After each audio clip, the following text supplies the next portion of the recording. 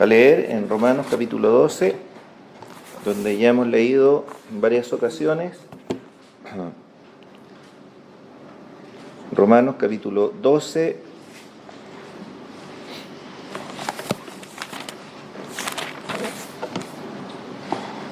vamos a leer del verso 3 al 8.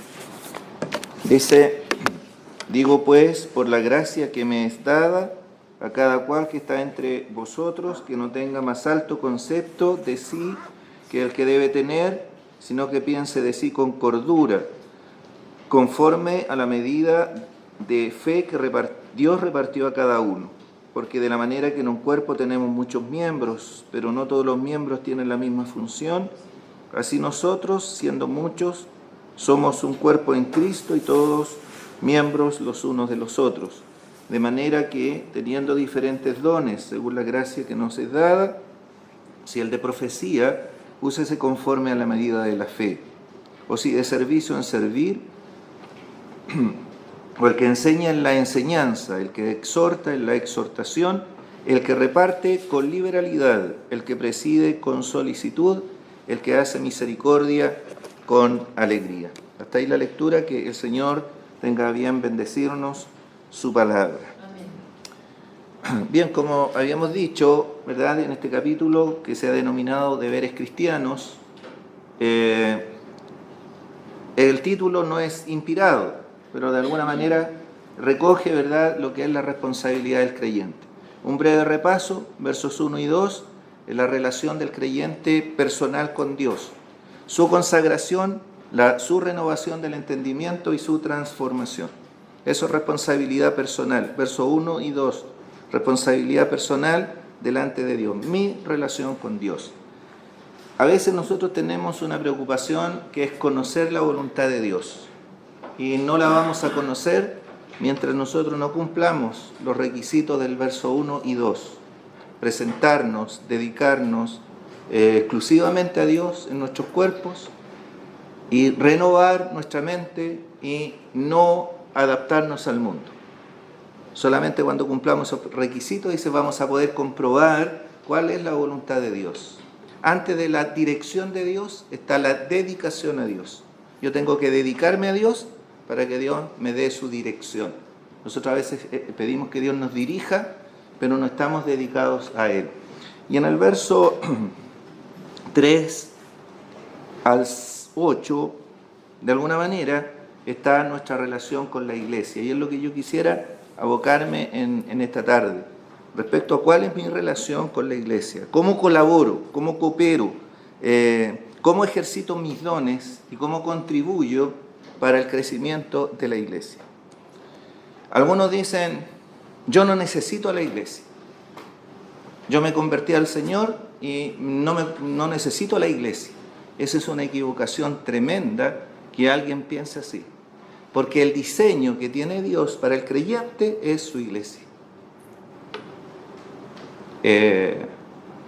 A veces nosotros tenemos un concepto equivocado de la iglesia. No apreciamos la iglesia, no amamos la iglesia. Y Cristo amó a la iglesia y se entregó a sí mismo por ella. Entonces el diseño de Dios para nosotros, al ponernos en su iglesia, es que uno contribuya, que de alguna manera nosotros cooperemos, colaboremos. Así que quien diga, yo no necesito la iglesia, la pregunta es, ¿cómo puedo vivir sin la iglesia? Porque un creyente verdadero no podría vivir sin la iglesia. Es más, en el Nuevo Testamento, como nosotros estamos viendo en la escuela dominical, primero, no se contempla ningún creyente que se convierta y no se bautice. No se contempla eso. Tampoco se contempla un creyente que se convierta, se bautice y no se congregue. Ahora, cuando alguien dice, mire, es que yo vengo todos los domingos, no se refiere a congregarse como iglesia, a participar de las responsabilidades y de los privilegios que implica pertenecer a una iglesia. Así que no es yo no necesito la iglesia, es ¿cuánto me necesita la iglesia a mí? Porque la iglesia nos necesita a cada uno. Y este es el diseño. Dios nos puso en la iglesia, como vamos a verlo ahora. Nosotros tenemos la relación y la figura que Pablo recurre más entre los símiles o las figuras de la iglesia. Por ejemplo, la iglesia se asemeja a un edificio. se asemeja a una labranza, se asemeja a un rebaño, se asemeja a una novia, a una esposa, pero también se relaciona, o la figura que Pablo recurre más a la iglesia es la figura del cuerpo, es la que más representa de alguna manera el cuerpo en su unidad, en su pluralidad, en su diversidad, que lo vamos a ver también ahora. La unidad y la diversidad en el cuerpo de Cristo. Entonces, mi relación con la iglesia. Y para que nosotros podamos funcionar bien dentro de la iglesia, Dios ha dado dones. Pero en el verso 3, donde nosotros estuvimos la semana pasada, antes de hablar de los dones, Pablo hace una advertencia para el uso correcto de los dones. Esta advertencia está dada a creyentes. Nosotros a veces nos sorprendemos y decimos, no, pero es que esto pasa con los inconversos. Pasa con nosotros. Cuando diga en el verso 9, el amor, como dice el verso 9, el amor sea sin fingimiento. ¿Por qué lo dice? Porque dentro de los creyentes es posible que nosotros finjamos amar. Y dice, no, pero ¿cómo? Es que nuestra naturaleza es así. Nosotros no conocemos nuestra naturaleza, pero Dios la conoce. Y como es posible que estas cosas puedan darse, Pablo advierte. Entonces, dice, yo les digo, por la gracia que Dios me dio, y vimos acerca de la gracia, ¿verdad?, que Pablo recibió, que esa gracia lo hizo apóstol. Pablo está diciendo, miren, por la gracia, yo les hablo con la autoridad, pero una autoridad que me dio Dios. Yo no me la gané, yo no me la merecí, yo no me postulé a candidato a apóstol, Dios me eligió en su gracia. Y en base a esa gracia que Dios me dio, y con esa autoridad, yo les digo a cada uno que está entre ustedes, que no tenga más alto concepto de sí que el que debe tener. La gente habla en el mundo de la psicología que el problema del ser humano es la baja estima. Y la Biblia dice que es todo lo contrario. Es el autoconcepto elevado que tenemos de nosotros los que nos trae problemas. Nadie tenga más alto concepto de sí que el que debe tener. Entonces, antes de hablar de los dones, para que no nos creamos desmedidamente por un don que Dios nos puede dar, dice, cada uno tenga un equilibrio. Pero dice, tenga un concepto adecuado de sí mismo, piense de sí con cordura. Tampoco es tirarse al suelo, tampoco es subestimarse. La subestimación es la otra cara del orgullo. Entonces a veces uno dice, mire, la persona se cree mucho. Dice, oye, qué humilde porque se tiró al suelo. La mentalidad de gusano, como dicen algunos, no, que mire, yo no sirvo, yo creo que, ¿para qué? Porque a lo mejor interiormente estamos esperando que nos digan, no, si usted sirve, usted es bueno. Entonces dentro de nosotros nos gratificamos y decimos, bueno, eso es lo que esperaba. Y estas son cuestiones que conoce uno no las percibe, ¿ya? Entonces Pablo dice esto, antes de hablar de los dones, dice que cada uno, ¿verdad?, al saber el don que uno pueda tener, no se puede jactar ni tampoco subestimar. Verso 4. Porque de la manera que en un cuerpo tenemos muchos miembros, pero no todos los miembros tienen la misma función. Aquí cuando está hablando del cuerpo, no es la iglesia, está hablando del cuerpo nuestro, el cuerpo humano. ¿Ya? Dice eso, de la manera que en un cuerpo tenemos muchos miembros. Manos, pies, ojos, orejas, oído, boca, órganos internos. Tenemos muchos miembros. Todos de acuerdo, ¿verdad? Pero no todos los miembros tienen la misma función. La función, dice la palabra, dicen que es praxis. Dice, oye, la práctica, la actividad propia de cada miembro. El cuerpo tiene muchos miembros, muchas partes, pero cada parte hace una actividad propia. El ojo tiene una actividad, una función que le pertenece y es exclusiva. La mano tiene una función. Ahora, en el verso siguiente, dice, así nosotros. O sea, así teniendo esta figura del cuerpo humano, que tiene muchas partes, que tiene muchos miembros, y cada miembro tiene distintas funciones, Pablo dice, así como el cuerpo de ustedes tiene diferentes miembros y diferentes funciones, así nosotros, así la iglesia, siendo muchos, somos un cuerpo en Cristo. Ahí está la unidad. Somos un cuerpo. Pero dice, y todos miembros los unos de los otros. Entonces la unidad de la iglesia, en la que muchas veces nosotros nos preocupamos, oye, es que la unidad de la iglesia, la unidad es muy hermosa, pero muy frágil. Alguien dijo, es como la porcelana china, muy hermosa, pero muy delicada. Cualquier cosa que nosotros hacemos, quiebra la unidad. Quiebra la unidad. Una mala palabra, dijimos algo inconveniente, alguien se ofendió, ya la unidad parece que se resquebraja. Pero no le damos importancia a la diversidad. Porque la unidad no significa uniformidad.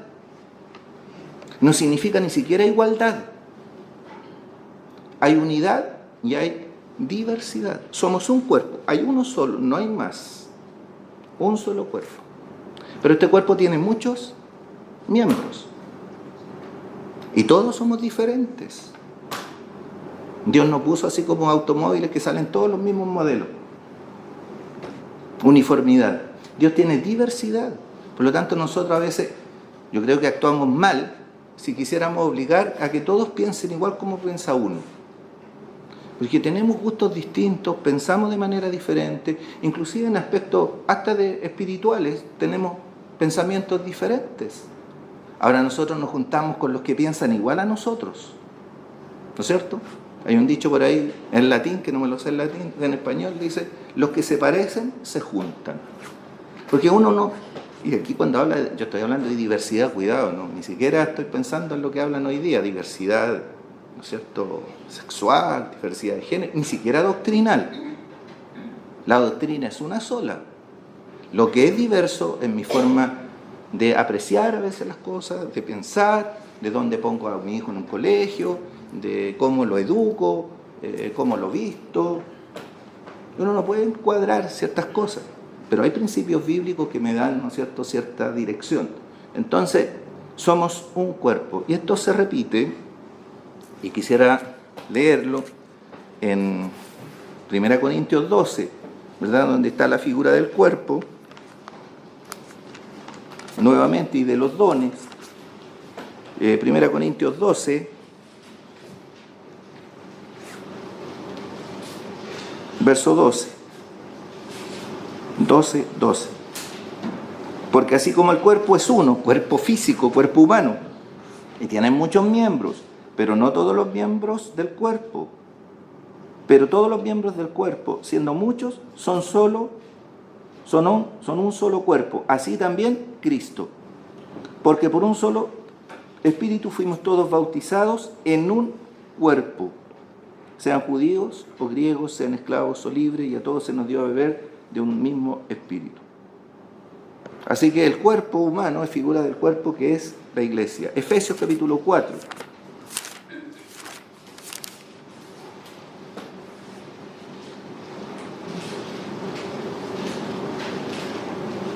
Dice el verso 1, yo pues, preso en el Señor, os ruego que andéis como es digno de la vocación con que fuisteis llamados, con toda humildad y mansedumbre, soportando con paciencia los unos a los otros en amor.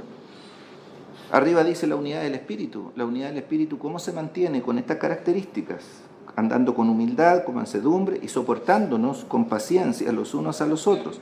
No es que me soporten a mí, porque a veces uno quiere que a uno lo soporte, y soportándonos unos a otros. Solícitos en guardar la unidad del Espíritu en el vínculo de la paz, un cuerpo. De nuevo, un cuerpo. La iglesia es una sola. Colosenses, capítulo 3.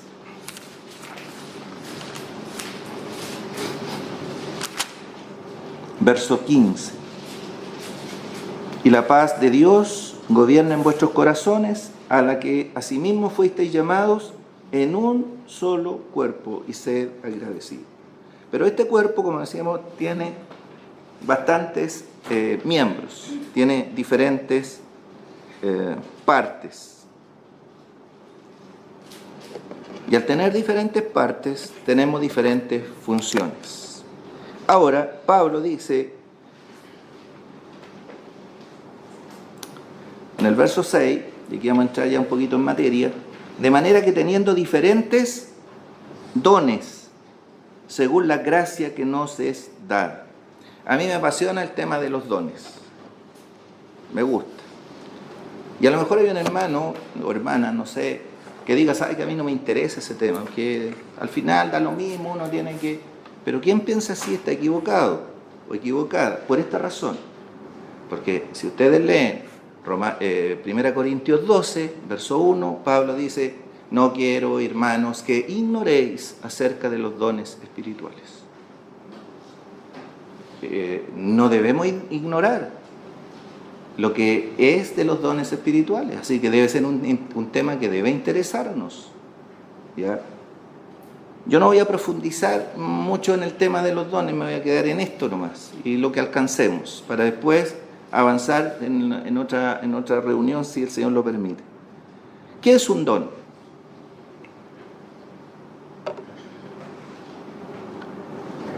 No todos están de acuerdo, y por eso yo tampoco voy a decir así esto es así, porque en la literatura, hermanos que saben mucho, inclusive a veces no están de acuerdo en este punto, pero algunos dicen que es una habilidad natural que Dios le dio a alguien y cuando se convierte, esa habilidad natural se santifica y se transforma en un don.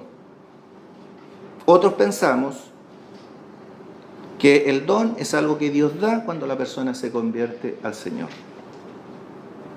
No soy dogmático, pero yo lo pienso así. De acuerdo a 1 Corintios capítulo 12. Dice que lo da el Espíritu Santo. La persona que no se convirtió al Señor no tiene el Espíritu Santo. Pero sea una habilidad natural o un don que Dios da cuando la persona se convierte, ambos son de Dios. Porque si alguien tiene aptitudes, no sé, para la música, tiene una actitud para, no sé, de liderar en el mundo, esa capacidad igual, siendo natural, genética por así decirlo, la ha dado Dios.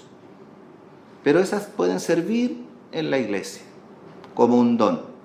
Un don es un regalo. O sea, Dios a ustedes y a mí nos ha hecho un regalo.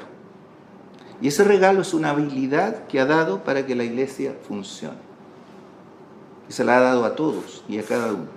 No hay ningún creyente que no tenga por lo menos un regalo de Dios. Cuando dice, según la gracia, es un regalo de la gracia de Dios. Cuando nosotros nos convertimos y fuimos salvos por gracia. ¿Qué significa eso? Que nosotros no merecíamos la salvación, que nosotros no nos ganamos la salvación. Fue por gracia. Y el don es lo mismo. Yo no me gané el don, no me merezco el don, no es algo que yo por lo cual pueda jactarme, es porque fue un regalo de Dios. Entonces dice que es un don según la gracia que nos es dada, teniendo diferentes dones según la gracia que nos es dada. Entonces, ¿qué es un don? Es un regalo de Dios, una habilidad espiritual dada por Dios, pero no para beneficio personal, sino para la edificación del cuerpo de Cristo. O sea, ustedes tienen un don, un regalo de Dios, y yo tengo otro, para que juntos, con nuestra diversidad, nosotros podamos edificarnos como iglesia. La iglesia solamente tiene dos funciones propiamente tal. La iglesia dejada que la iglesia tiene dos. Según Mateo 28. Id y hacer discípulos a todas las naciones. Ministerio evangelístico. Predicar el evangelio. Y después dice, bautizándolos a los que se convirtieron al Señor, bautizándolos y enseñándoles que guarden todas las cosas. Misterio pastoral. Hay que predicar y a los que se convierten hay que edificarlos con la palabra de Dios. ¿Dónde se apuntan ustedes y dónde me anoto yo? En cómo contribuyo en uno de esos aspectos. Porque cuando aquí se ha hecho algo para el día sábado, oye, yo anótame con, ¿no es cierto? Así, anótame con esto, ya, pero en el trabajo, ¿con qué se anotan ustedes? ¿Con qué me anoto yo? ¿Cuál es mi aporte en la predicación del Evangelio, en la difusión de la palabra? Estamos hablando de púlpito. El hermano Jaime oraba, ¿verdad?, de que nosotros tenemos libertad todavía acá para predicar. A veces no la usamos, ni como iglesia ni personalmente, porque podemos contribuir al avance del Evangelio personalmente, ¿verdad?, hablando, enviando mensajes, invitando, entregando un folleto. Y eso tenemos que hacerlo. No es algo, como decíamos, la gran omisión, es la gran comisión, pero se ha transformado en la gran omisión. Y también a veces como la gran opción, como que es opcional. Y no es así, es una responsabilidad. Entonces los dones es una habilidad espiritual que Dios da, es un regalo, y dice que debe ser usado de acuerdo a un don o a la capacidad o a la proporción de la fe que Dios da a cada uno. Se mencionan 7 dones. No sé si el apóstol tiene una gradualidad, empezó del más grande, del más importante al otro, ¿por qué los puso así? ¿Por qué puso 7? No sé. Pero si ustedes contrastan, y como les digo, yo podría quedarme en este tema, como a mí me apasiona, pero no lo voy a hacer. Pero hay dos capítulos 12 y hay 2 capítulos 4 que hablan de dones. Romanos 12 y 1 Corintios 12. Efesios 4 y 1 de Pedro 4, al verso 10. Si ustedes toman una listita y anotan los 7 que están aquí, anotan los otros que aparecen en 1 Corintios 9, van a ver que algunos se repiten y otros no, y hay otros que son los mismos con otro nombre. Después toman los 5 que aparecen en Efesios 4 y más los que aparecen en 1 de Pedro 4, vamos a tener una lista no completa, representativa de los dones que hay en una iglesia. Si se fijaron aquí, no aparece ningún don espectacular. No aparece el don de lenguas, no aparece el don de hacer milagros, no aparece el don de hacer sanidades. Hay una no controversia, pero hay postura de que hay algunos que dicen que estos dones señales, estos dones milagrosos, cesaron. Hay otros que dicen que continúan. Yo soy de la postura que cesaron. El que dice que continúan, tienen que tener pasajes bíblicos para sustentarlo. Si existe el don de lengua, si existe el don de milagros con la mano y la sanidad, hay que sustentarlos con la palabra. No me diga nadie, no es que tú no crees que Dios haga milagros hoy día, yo creo que hace milagros. Es que lo hace y lo ha hecho. Pero que no están en esa categoría que estuvieron antes. Aquí no se aparecen. ¿Sería porque ya están desapareciendo? 1 Corintios fue escrita más o menos el año 54 después de Cristo. Y se menciona el don de lengua, de discernimiento, espíritu, o sea, interpretación de lengua, etc. Han pasado 4 años más o menos y se escribe la carta a los romanos. Y ya no aparecen esos dones. Posteriormente a los romanos se escribió la carta a los efesios y después Pedro. Y ahí no se aparecen en ninguna parte tales dones. ¿Por qué no aparece el don de profecía, por ejemplo, y no existe hoy día? Porque no estaba completa la palabra de Dios. Estaba el Antiguo Testamento. Pero pasando el tiempo se fueron escribiendo los otros libros y una vez que el canon cerrado, que se llama completo, ya no hay más necesidad de revelación. Hoy día no hay apóstoles ni profetas en el sentido técnico de la palabra. ¿Ya? Nadie puede decirme, ¿sabes que Dios me reveló? Y revelar algo que la Biblia es la única que nosotros tenemos que tener como regla de fe y de conducta. No hay más. No hay nuevas revelaciones. El Apocalipsis fue el último libro de la revelación de Dios. No hay más después del Apocalipsis. Son 66 libros. Y eso hay que tenerlo claro. Que alguien diga que es profeta, que trae una nueva revelación de Dios, es una persona que está fuera de la palabra de Dios. Lo que uno puede repetir de lo que está en la palabra de Dios, habiéndolo estudiado, es diferente. ¿Ya? O que alguien tuvo un sueño, que Dios le reveló tal cosa, y si yo no tengo cómo verificar el sueño en la palabra de Dios. Por eso es que cada vez que se predica la palabra, nosotros decimos, abramos nuestras Biblias y leamos para que cada uno colabore, corrobore lo que está escrito. Hay que tener el espíritu bereano. ¿Cuál es el espíritu bereano? Si lo que decía Pablo estaba de acuerdo. En Hechos capítulo 17, después de Pablo salir de Tesalónica, se fue a Berea. Y dice que él predicaba las Escrituras. Pero dice que los bereanos, dice, escudriñaban las palabras para ver si lo que Pablo decía era correcto. O sea, no dijeron, este el gran apóstol es incuestionable. A él dice que la palabra de Dios está, y ellos miraban si era cierto.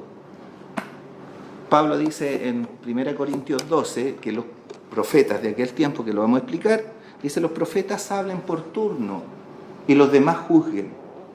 O sea, la enseñanza inclusive de esos tenían que ser evaluada, si estaban de acuerdo a la palabra de Dios. Bien, entonces diferentes dones, 7 dones, y empieza con el don de profecía, ¿verdad? De manera que teniendo diferentes dones, según la gracia que nos es dada, si el de profecía, úsese conforme a la medida de la fe. Ya, hemos dejado claro que hoy día no existen profetas. ¿Hubo profetas en el Antiguo Testamento? Sí. Ya, estamos estudiando un libro del profeta Daniel. Ya, profetas mayores, profetas menores.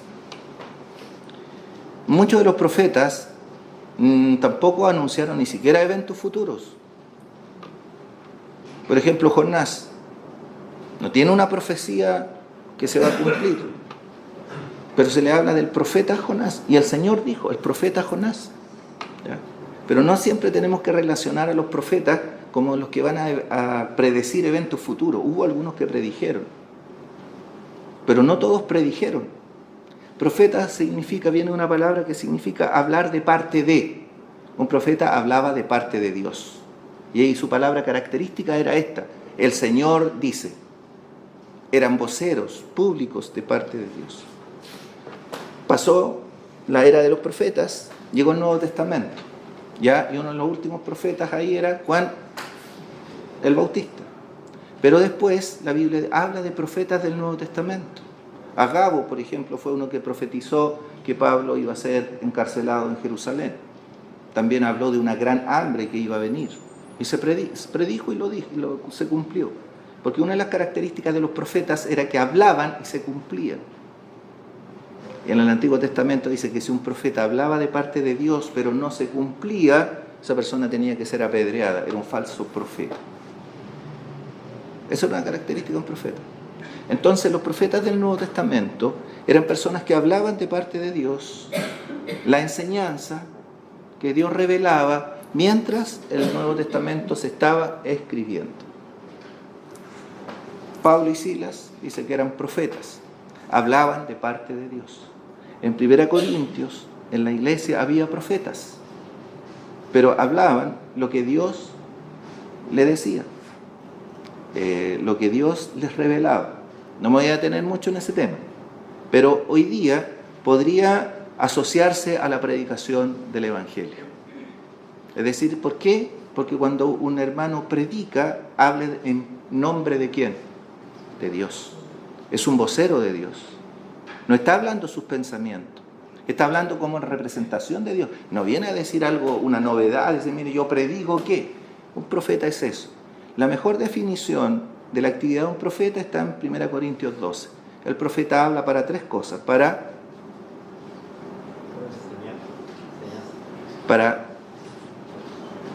exhortar, consolar. No recuerdo bien la otra, me metí yo solo en un problema. ¿Ya? Veámoslo. 1 Corintios 12. O el 14, perdón. 14.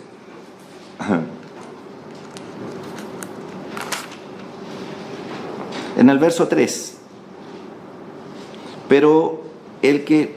14, 1 Corintios 14, verso 3. Pero el que profetiza habla a los hombres para, y aquí está su triple propósito: edificación, exhortación y consolación. Y lo hace con la palabra. ¿Ya? Pueden leer el capítulo 14, está un poco las reglas de cómo debe usarse el don de lenguas y el don de profecía ahí. Luego, acá volviendo al verso 6, al capítulo 12 de Romanos, yo creo que va a llegar al verso 7. Se mencionan 2 dones más. A lo mejor uno puede decir, ¿sabe? Yo descarto el de profecía. Yo no tengo ese don. Pero habla de otro más. Fíjense que a mí me llama mucho la atención que el de profecía, estos 7 dones se dividen en 2, por así decirlo. En el del habla, el de la comunicación, y en el de servicio. Prácticamente, después todos los dones se dividen así, en hablar, en comunicar la palabra de Dios, o en servir al pueblo de Dios. Y de uno que es público, que es tomar la palabra frente a los demás, Pablo se pasa a uno que no es tan notable, que está atrás bambalinas, que se hace detrás de escena, el servicio. De aquí, de esta palabra, se saca la palabra diaconía o diácono. Algunos lo hacen como cargo. Hoy es un diácono en la iglesia, como si fuera un cargo. Y no es un cargo, es un servicio. Los primeros diáconos, ¿cuántos fueron? 7, ¿verdad? Que era para servir ¿a dónde? A las mesas. Y vieron, ¿saben qué requisitos tan altos tenían los diáconos? Buen testimonio, lleno del Espíritu Santo. Oye, hay unos tremendos. Uno dice, no, hay que servir a las mesas, puede servir cualquiera, nomás, total. Si uno mira Hechos capítulo 6, parece que es, 6, hablan que fueron elegidos 7 diáconos. Entre eso está Esteban y Felipe, que fueron los que descollaron en esa área. Pero era para servir a las mesas, no era para predicar, aunque después de ahí salió Felipe el evangelista, y si uno lee Hechos capítulo 7, Esteban tenía un conocimiento extraordinario del Antiguo Testamento. Hay que leer toda cómo se pasea por la palabra de Dios. Pero era un diácono, servía a las mesas. Ahora, ¿era más importante el profeta o el servicio? A nuestros ojos humanos, nosotros valoramos lo que se ve, lo que se aplaude, lo que se admira, lo que provoca impacto. Pero acá está el servicio, los que sirven. Esta misma expresión, si ustedes la buscan en 1 Corintios 12, dice los que ayudan, servir, ayudar. Uno es público y el otro es oculto. Uno lo hace frente al más visible, el otro está atrás. Y a veces no se ven. Estas personas, estos hermanos o hermanas que sirven, que tienen este don, a veces ni se notan o no se hacen notar. Pero cuando dejan de hacer su actividad, se nota. Esa es la diferencia. Que a veces no se ven, pero cuando dejan de hacer lo que están haciendo, se nota. Por eso, hermano, es importante que todos nos ayudemos. Porque yo me salté algo y ahora lo recupero, esto que yo nunca lo había pensado. Recién ahora, estudiando este texto, vi algo que nunca había visto. ¿Y cuál es? Y se los quiero decir, hermanos. En el verso 5, voy a retroceder. Así nosotros, siendo muchos, somos un cuerpo en Cristo y todos, ¿qué? ¿Miembros qué? Yo siempre había pensado, yo soy un miembro de Cristo, somos miembros del cuerpo de Cristo, pero aquí dice otra cosa. Somos miembros los unos, o sea, yo soy miembro de ustedes y ustedes son miembros míos. Yo le ayudo a ustedes y ustedes me ayudan a mí. Yo dejo de hacer mi actividad y ustedes se perjudican. Ustedes dejan de hacer su actividad y perjudican a los demás. Entonces, a veces nosotros somos espectadores y no hacemos mucho. Y criticamos cuando alguien hace algo y no nos gusta. Pero ¿y yo qué hago? Por eso yo dije el otro día, hermano, si yo no oro por alguien, no tengo derecho a criticarlo. Y si yo no estoy haciendo mejor la actividad de ese hermano o hermana que lo está haciendo, o yo no hago nada, no tengo derecho a decir nada. Porque es fácil decir, oye, lo hizo mal. Mire, no debieron haberlo hecho así. No, se equivocaron en esto. No, es que yo no lo habría hecho así. Ya, pero hágalo, pues, hermano. Hagámoslo. Y nos vamos a beneficiar todos. Ahora, y ustedes saben que si un miembro de su cuerpo, la mayoría aquí somos diestros, ¿verdad? Usamos la mano derecha. ¿Qué pasa si esta se inutiliza? ¿Cuál hay que usar?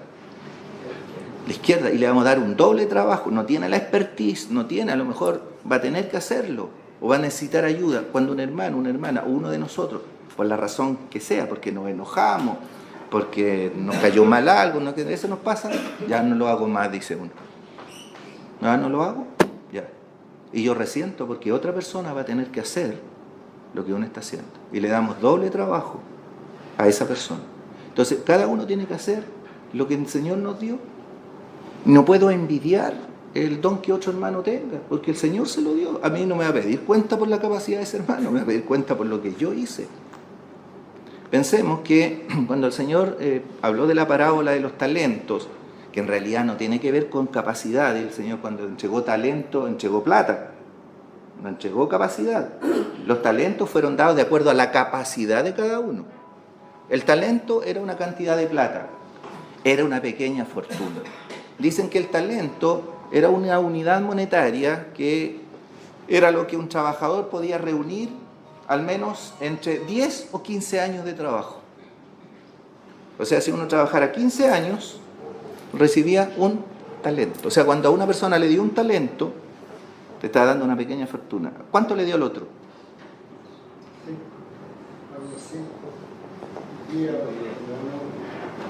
10.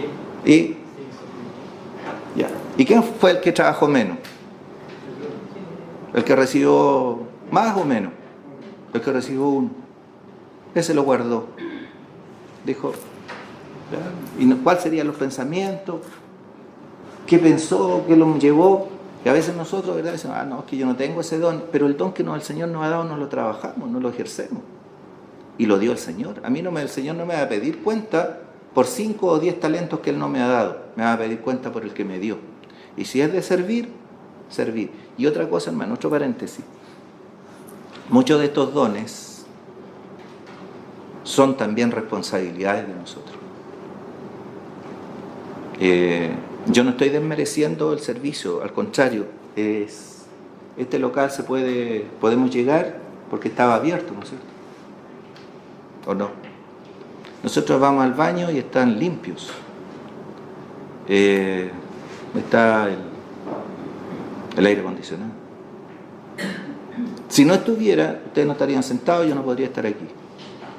Pero a veces uno piensa como excusa, no, es que yo no tengo el don, entonces yo no barro.